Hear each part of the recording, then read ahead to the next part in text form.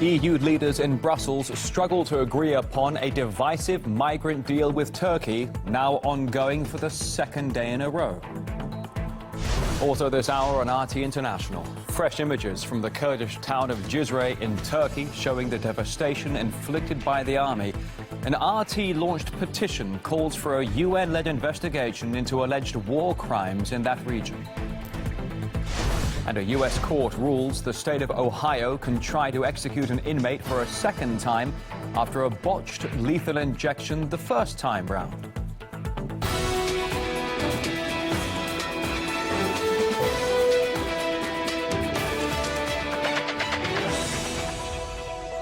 Just turning midday in Moscow on this Friday. You're watching RT International. From me, Rory Souchet, and the entire news team, welcome to your headlines. EU leaders have gathered in Belgium's capital, Brussels, to hammer out a deal and stop the large flow of migrants from Turkey to Greece. The German Chancellor Angela Merkel is defending the agreement after drafting the outlines of the plan with the Turkish Prime Minister. That was last week. She's been seen discussing some of the issues with other European politicians on the sidelines of the meeting. Meanwhile, Greece's Prime Minister Alexis Tsipras is becoming increasingly concerned about the migrant crisis along his country's borders, and for good reason. I'm looking forward for a credible agreement today. Open the border!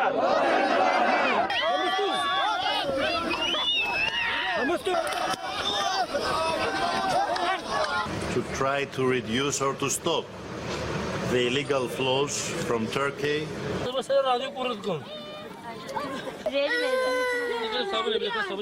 To create a robust legal way for the refugees from Turkey to EU.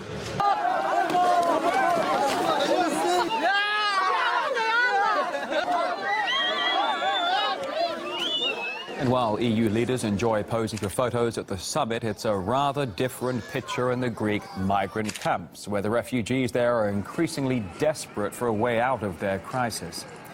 Now, the draft of the deal seeks to reduce the number of refugees from the Middle East and Northern Africa reaching the European Union.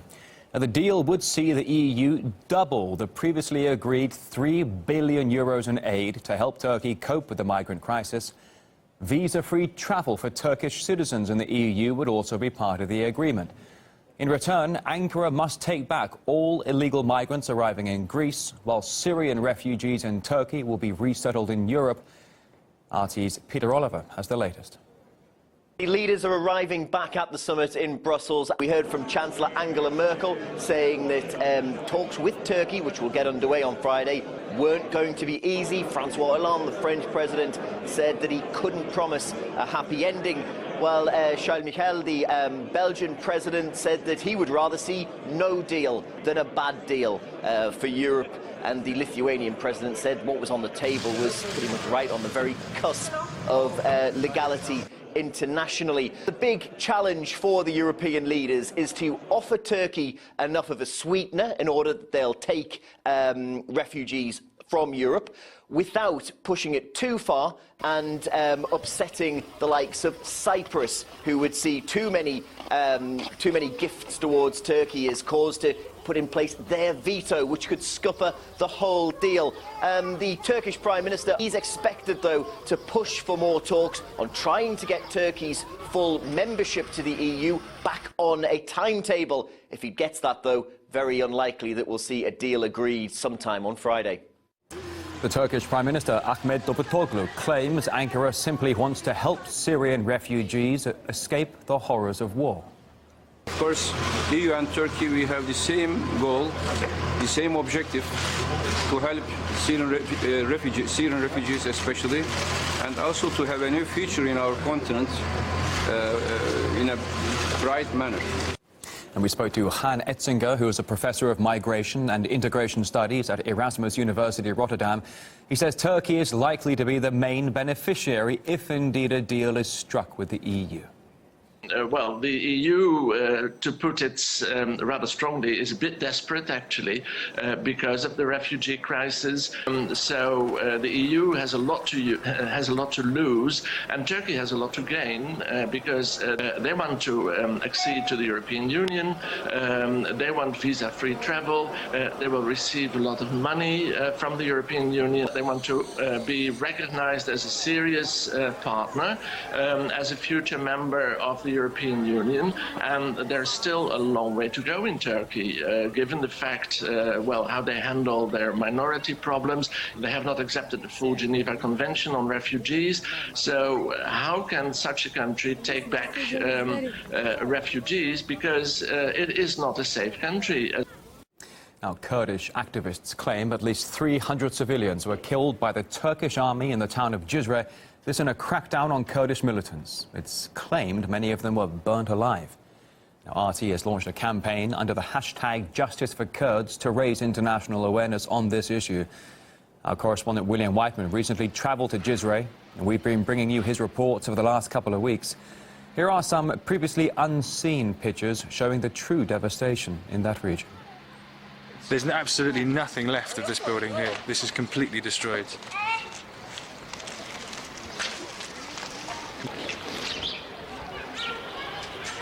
You can see the side of this building here is absolutely riddled with bullets. And this one here has been smashed to pieces. There's bits of the internal wiring hanging out of it. There's really not a lot left of this place. We've got some cupboards, drawers and stuff. This is obviously someone's bedroom. Someone's tie is still hanging on the wall just over here. It's hard to believe that this was, it looks like from the look of it here, you can see these tiles on the inside of this wall here. And this looks like this was a bathroom to start off with. It's hard to imagine that this was someone's home up until very recently, before it got completely decimated in this onslaught. At least the local kids are still smiling. What is for? Hey, merhaba.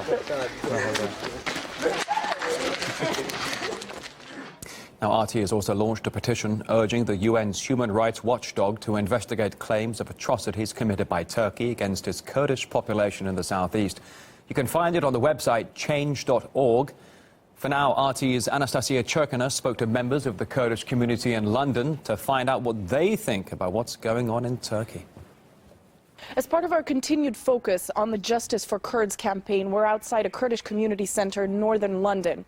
We're here to talk to the Kurdish community about what they make of the reported situation in Cizre in the southeast of Turkey, where reportedly a mass killing of civilians had taken place and is yet to be investigated. Now, RT launched a petition for a UN-led investigation to take place. We've sent out requests for statements and more details and an investigation to several human rights organizations around the world, yet are yet to receive an adequate and detailed response and attention from these organizations. So we're here to try to talk to the Kurdish community about what they know of what happened in Cizre and what they think should happen next.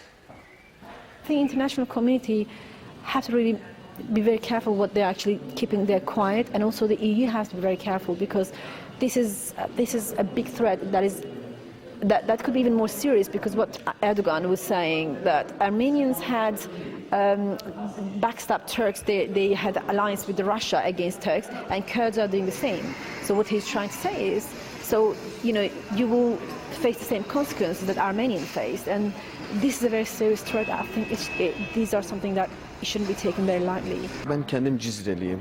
I'm from Cizre. There, the Turkish government acted in a barbaric way. People were hiding in their basements. Their houses were demolished. They burned people using petrol, without distinguishing young from old, women and children. This was done to scare the Kurdish people, to repress them, so they would be afraid to speak up. 3 times our friends living in Cizre tried to report these cases to the European Court of Human Rights, so that locals would be removed for safety reasons, but they were rejected. That means the court became an accomplice to these murders. Organizations that have as much authority as the UN should send observers. The world owes us because we are fighting against ISIS. Turkey is supporting ISIS. So is Qatar, so is Saudi Arabia. But because of economic and political interests, they shouldn't use Kurds as an instrument to achieve their goals. We did ask a number of international organizations, including human rights watchdogs, for assistance in investigating the claims of atrocities in the Kurdish regions. However, we've received no substantial answers. Here's some of the international reaction that we did receive. Choosing to massacre Kurds living within its borders places Turkey in breach of international law for crimes against humanity and under serious scrutiny for genocide. I'm strongly shocked by what is happening in Kurdistan. Kurds are the only forces who officially fight on the ground against ISIS, but they are regularly bombed by Turkey. This is terror by the state against a part of the nation of this state, while the whole world stays silent. Whilst Turkey claims that it has been targeting PKK bases and fighters, it's obvious that it's a much wider aggression that is targeting civilians. We find again that the media in the Western world are only reporting on things which actually fit the agenda. And of course it doesn't fit the agenda right now that the EU is trying to negotiate with Turkey to raise the fact that actually there is severe clampdowns in the Kurdish regions by the Turkish government, which goes against everything that the EU should stand for. But we're actually in Turkey. Blanket here is covered in blood. Pretty shocking stuff. This is RT International. Dutch football fans in Spain's capital, Madrid, have been filmed cheering as they throw coins for beggars. It's causing a bit of an uproar in social media.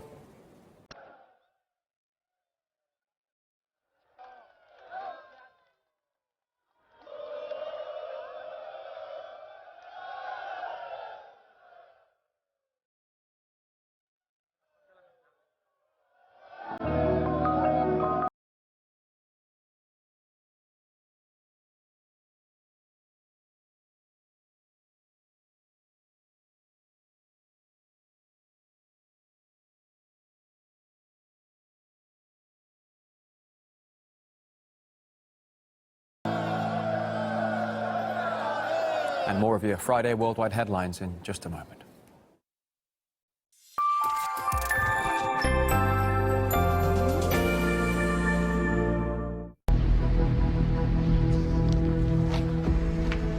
This looks like Aleppo, it looks like Syria here, but we're in Turkey. It's mad to think this is happening.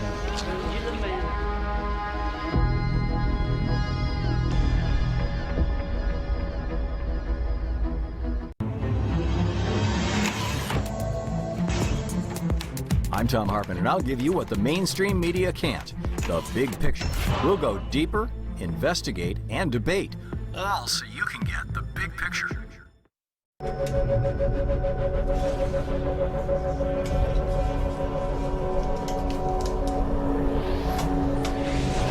What do you think about sanctions? Easy right or wrong, but I definitely think sanctions are better than conflict. You don't perform for diplomatic reasons.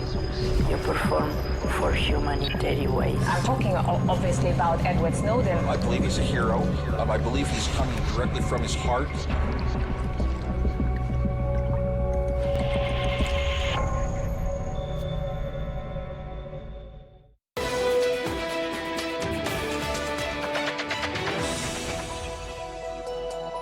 Thanks for joining us here on RT International today. To America now. An Ohio death row prisoner faces execution for the second time. The court approved the move after a botched first lethal injection. 59-year-old Rommel Broom was convicted of raping and murdering a 14-year-old girl in 1984. In 2009, the prison medical team failed to find a suitable vein to make the injection. The attempted execution lasted some 2 hours, during which the prisoner reportedly cried and screamed in pain. Now, the veins on his arms, legs, elbows and wrists were reportedly punctured at least 18 times with no success. His lawyer witnessed the failed procedure. It was very awful. I was there, and during the time when they're trying to put the IV ports into his arms with the needles, he's behind a glass wall, so I can't hear him, but I could see him. They had managed to hit a vein. At one point, blood spurted out and got on his shirt. And at another point, a doctor from the prison came in and attempted to establish an IV in his ankle, and she jabbed the needle into his bone, and that was just terrible. You could see him, and he was just in terrible pain. In 2009, Broom's defense team filed a petition claiming the failed execution amounted to torture. 6 years later, the state Supreme Court witnessed heated debate over Mr. Broom's appeal. So assuming the next execution goes forward and there is no ability to find a vein, what would you have the state do? Well, there should be no next execution for Mel Broom, but if they can't find a vein, they have to have a backup plan. Hypothetically, about the next execution, what is it you want the state to do? They have to have a backup plan that Who has to have it? The state must have a backup plan how executions can be conducted humanely. So this is just your notion of what the state should do, not founded in statute and not founded in case law from other jurisdictions. On Wednesday, though, the court ruled that during the first execution effort, Broom's life was never actually at risk, therefore making a second attempt legal. It's far from the first time that a lethal injection has gone badly wrong, sometimes causing substantial pain to the inmate. In 2014, a prisoner writhed and groaned for 43 minutes while a new prototype drug failed to take effect. One convict struggled for hours in what was described as one of the worst ever attempts at a lethal injection. The same year, another inmate was executed using an untested drug. Richard Dieter, executive director of the Death Penalty Information Center, blames the pharmaceutical companies for the mishaps. Well, they were exceptions. They were unusual, but now they have become much more common. And the reason is that the pharmaceutical companies have refused to sell the ordinary drugs that were used in execution. So states are experimenting. That's what happened in Clayton Lockett's case and other cases. They're trying new drugs that had never been tried before in an execution, and that's an experimentation on human beings. Exactly 2 years since Crimea joined Russia, following a referendum in the Republic where an overwhelming majority voted in favor of the move. The treaty between the two sides was signed on the 18th of March 2014. And we can show you the moment the agreement was announced inside the Kremlin.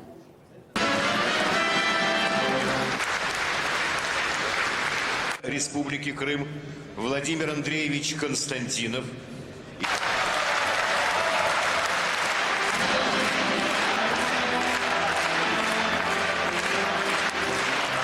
Now, it took place after an application from Crimea to join Russia following the referendum. But despite 96% voting in favor, the move was heavily criticized by Western leaders. We've seen an illegal referendum in Crimea. What Russia has done is unacceptable. The so-called referendum was against international law. Western media outlets reacted to the referendum, pointing out both that Crimeans genuinely wanted to join Russia, as well as possible negative consequences from the decision. But the fear-mongering didn't dampen the mood for Crimeans. They actually spent several days celebrating. Our correspondent Ilya Petrenko tells us whether their attitude perhaps has changed over the last 2 years.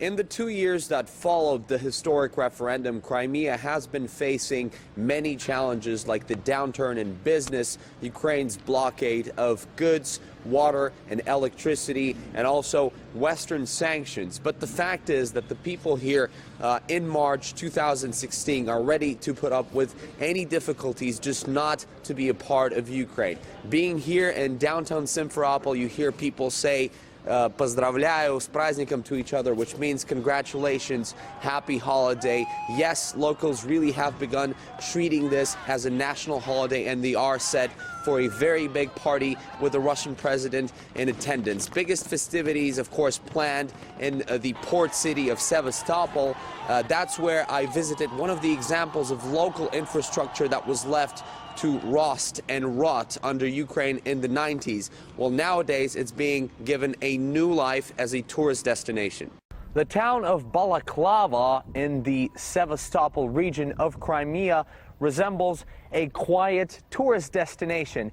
It is in fact the case in the 21st century, but some 25 years ago and before that, this was one of the most secret and restricted military zones in the Soviet Union.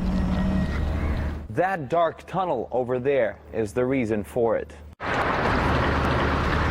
If you ever wondered what the tunnels of a submarine base that can withstand a nuclear impact look like, here you are. Of course, nowadays this submarine base is shut down, but understanding what it was intended for perfectly explains how crucial military-wise Sevastopol was for Russia. This complex is designed to keep the submarine force for a retaliatory nuclear strike. For example, in case of a declared war. They were driven here and then were fitted with nuclear torpedoes. And if there was a nuclear threat, the subs could come out into the sea and strike back. If there was no such structure, a retaliatory nuclear strike would not be possible, since all the forces would have been destroyed. Just to give you an idea of what it takes to protect such a facility from a nuclear disaster, I can show you these massive gates made of iron and concrete. Several were installed at each entrance, and just to open a monster like that or close it, it took more than 3 minutes. A lot has changed. Funding started to flow to the museum for the creation of new exhibitions, which was rare in the past. Exhibitions in these 2 years have been greatly upgraded. Many people are very surprised when they come back here, because they see a lot of new things. The Soyuz spacecraft bound for the International Space Station, now counting down the hours until blast-off from the Baikonur Cosmodrome in Kazakhstan. The mission was postponed earlier this week due to blustery weather conditions. The Russian-made spacecraft and rocket will take the new crew made up of 3 cosmonauts to the ISS to join the residents already high above our heads.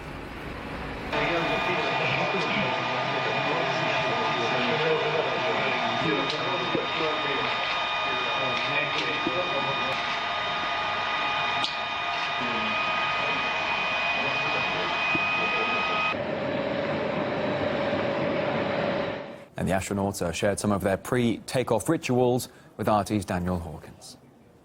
As the sun sets here in Baikonur, the weather has also quietened down. No more gale-force winds today. But the anticipation ahead of the upcoming Soyuz launch has certainly kept building. The stars of the event emerged to applause, taking questions from behind the glass screen to avoid contamination. They emphasized how far technology had progressed over the decades, and that the ISS, being an international project, was a symbol of success in joint East-West enterprise, and that this should serve as an inspiration for future generations of astronauts. The early human space program energized a great deal of interest in science and technology and engineering.